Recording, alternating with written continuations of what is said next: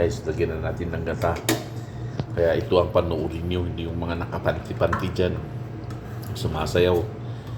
Yan. Wala nang problema sa panunod. Basta huwag lang lagyan, huwag nyo lagyan ng mali siya, ganyan.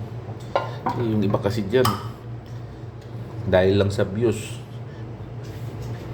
pinapakita kung ano, gusto mong tahong, ganyan. Dapat hindi ganyan, o ganyan. Lagyan na natin ng ano. Tingnan ninyo. Ganyan kasarap yung ating lulutuin na adobo sa gata. Kaya huwag kayong mag-alala. Oh. Masarap yan, guys.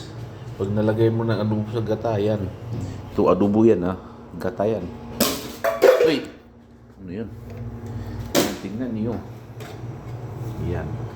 Tapos ikiwar-kiwar natin siya, guys. Para matikman niyo kung gaano kasarap ang ating adobo sa gata. Na hindi basta-basta. Kaya dapat matutunan niyo ng mga ganitong luto, guys. Kaya pag uwi natin sa Pilipinas, ganyan ang lutuin natin. Para mas masarap natin ng kunting ano. Kailangan ang kunting asin para ano siya. Tikman natin ang sarap ng kambing na luto sa gata. O, tingnan nyo. Sabaw pa lang. Talagang umaling na.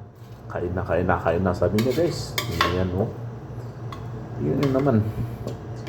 Yan. Ito dapat panoorin nyo kung paano magluto. Yan. Pag kumulo na yan, ayos na yan, guys. Kaya maraming salamat, ha. Wala ma-open sa sinabi ko, guys, ha. Ano lang yun. Bahala na kayo kung ma-open kayo, pero walang sinasabi ko lang katotohanan. Yan, guys. Bye-bye.